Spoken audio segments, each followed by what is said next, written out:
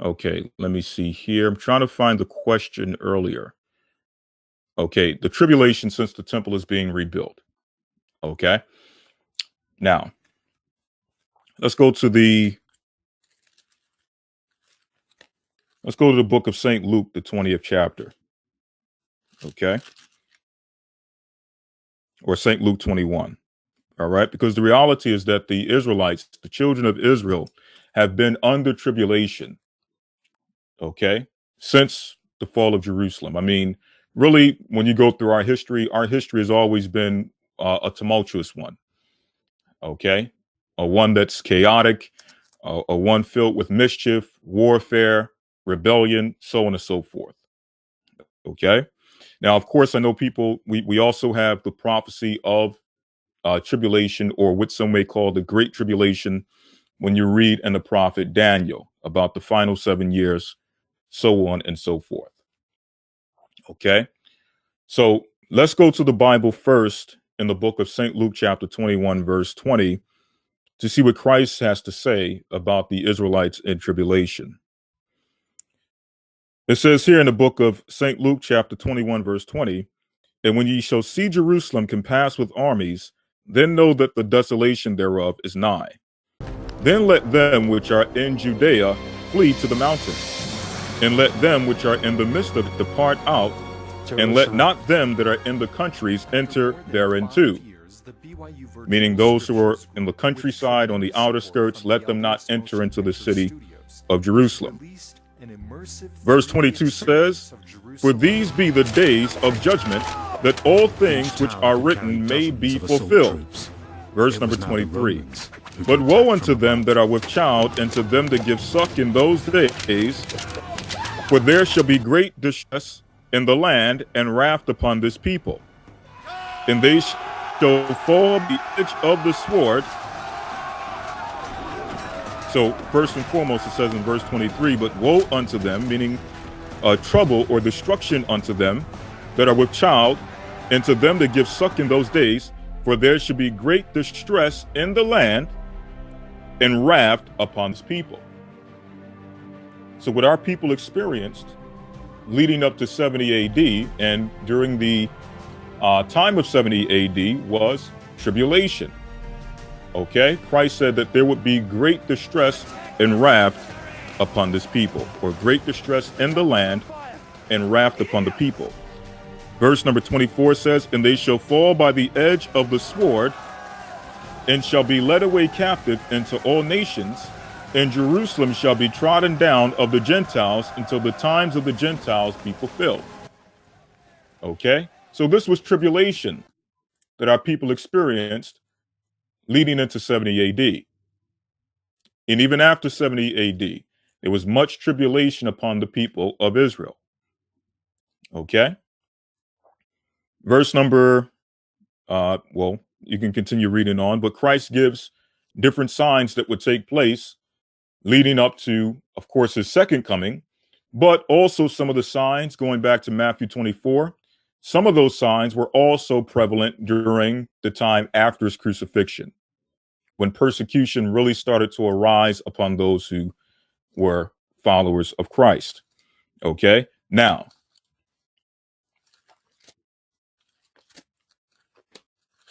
so yes, we've been in tribulation since the time of 70 AD. Okay, but the question is, will there be what some people may call a great tribulation? Okay.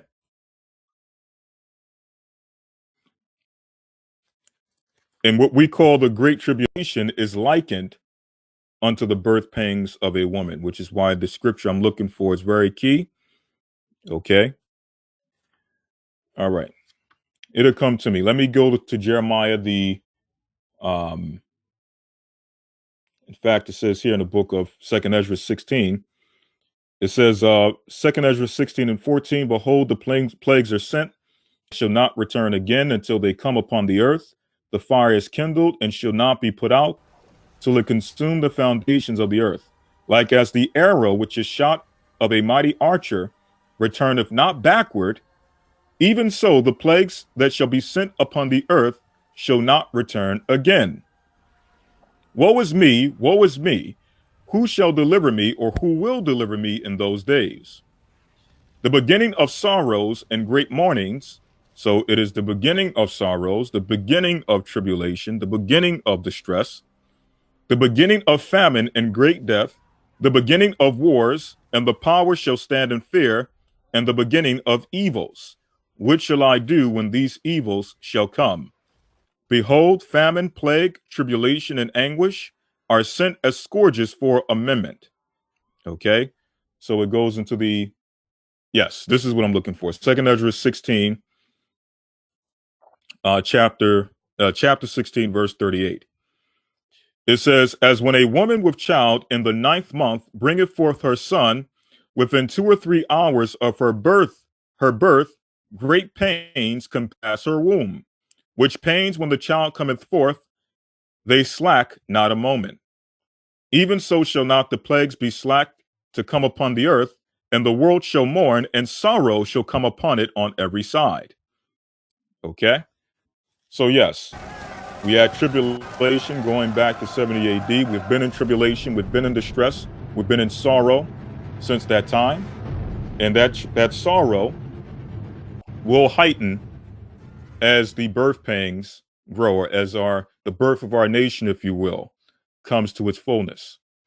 All right. So the closer we come to our deliverance, the more painful the birth pangs will become, or the tribulation will become. So let's go to the book of Jeremiah 30.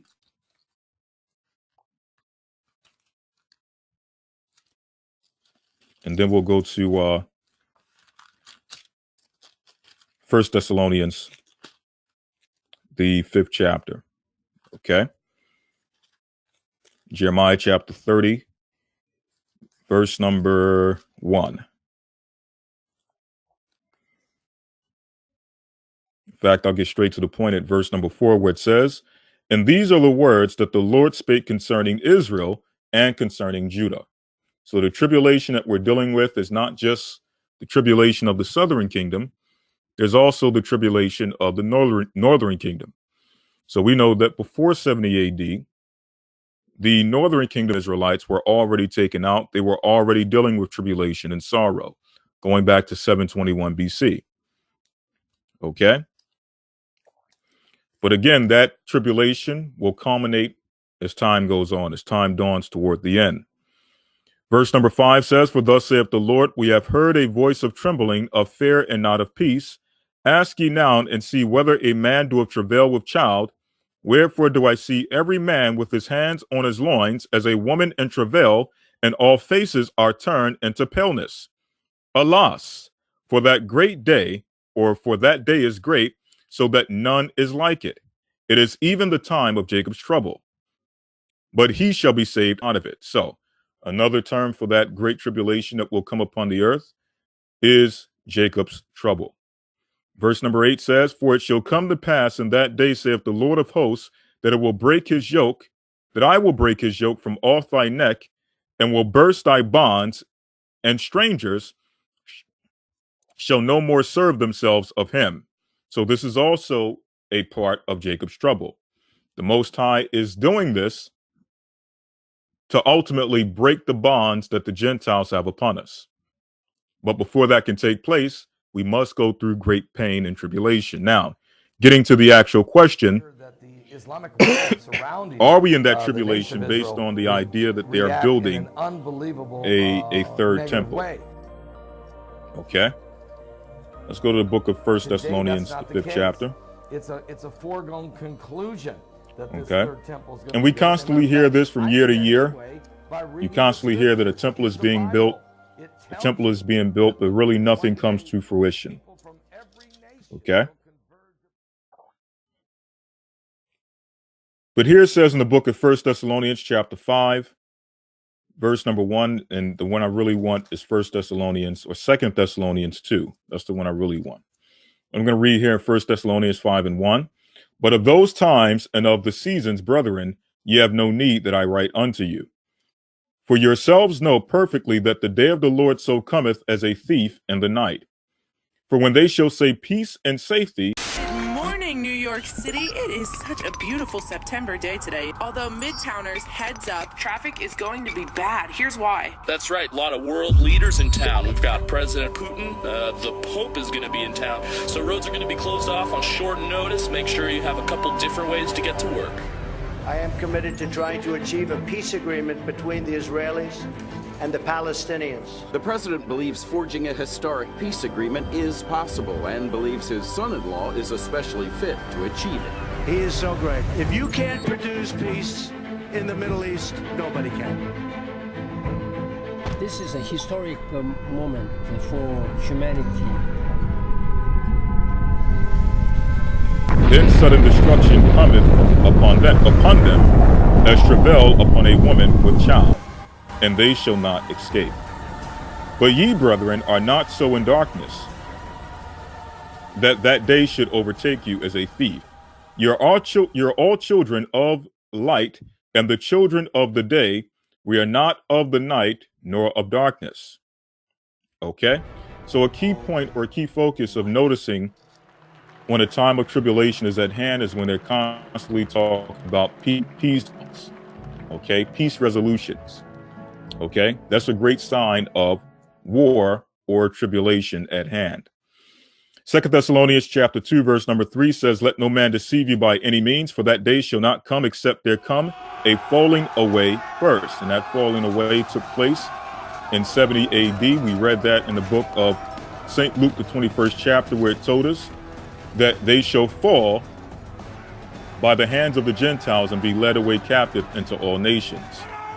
Speaking about the children of Israel.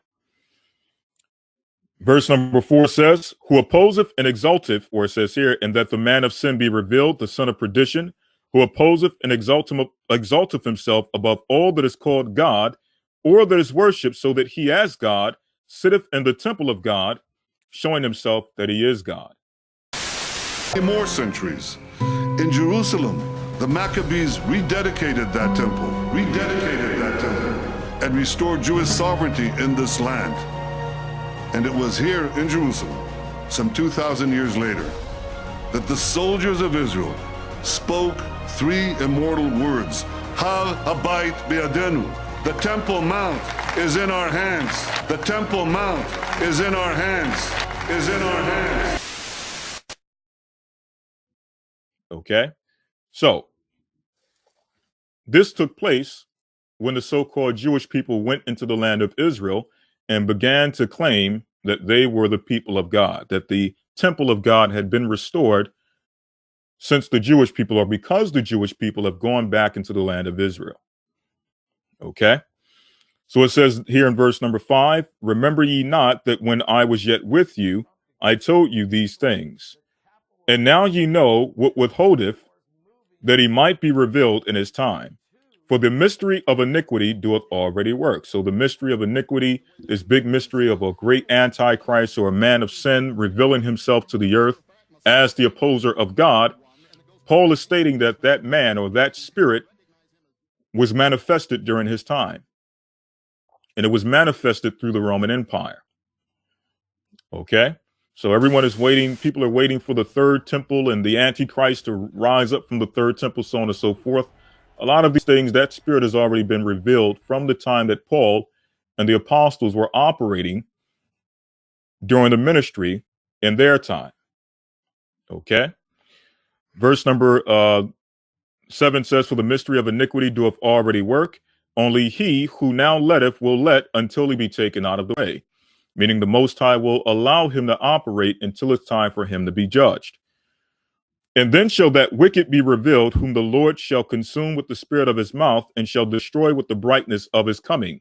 Even him whose coming is after the working of Satan, with all power and signs and lying wonders, and with all deceivableness of unrighteousness in them that perish, because they receive not the love of the truth, that they might be saved.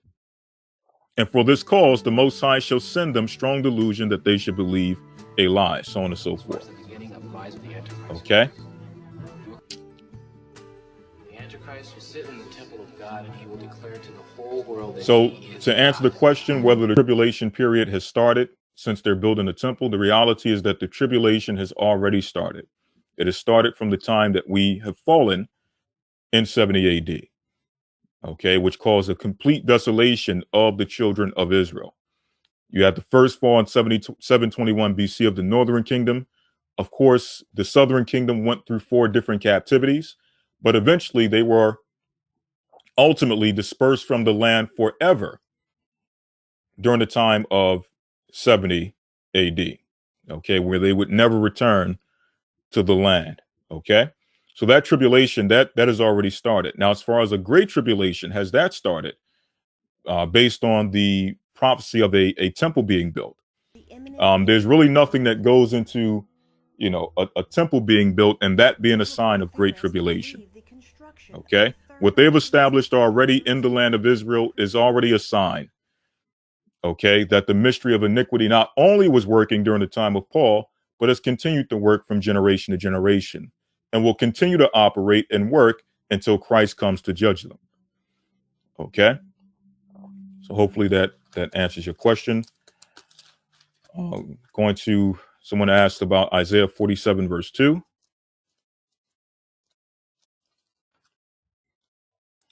Okay, it says, take the millstones and grind mill, uncover thy locks, make bare the leg, uncover the thigh, and pass over the rivers. This is poetic language that's being used to describe the judgment of Babylon. Okay, in other words, the Most High stating that this kingdom, the kingdom of Babylon, will go from being the lady of kingdoms to being revealed as being the whore, so to speak, of the earth. Okay, her nakedness will be shown. It says here in the book of, when you go to verse 1, it says, come down and sit in the dust, O virgin daughter of Babylon, sit on the ground, there is no throne. So she will be taken off of her high horse, off of her throne, and she shall be shown for who she really is. Speaking about the kingdom of Babylon. For thou shalt no more be called tender and delicate. Now, verse 3 also gives context to what verse 2 is stating, where it says, in verse number 3, thy nakedness shall be uncovered, meaning she shall be revealed. She shall be exposed. Yea, thy shame shall be seen. I will take vengeance, and I will not meet thee as a man, meaning the Most High is going to judge her by warfare. Okay?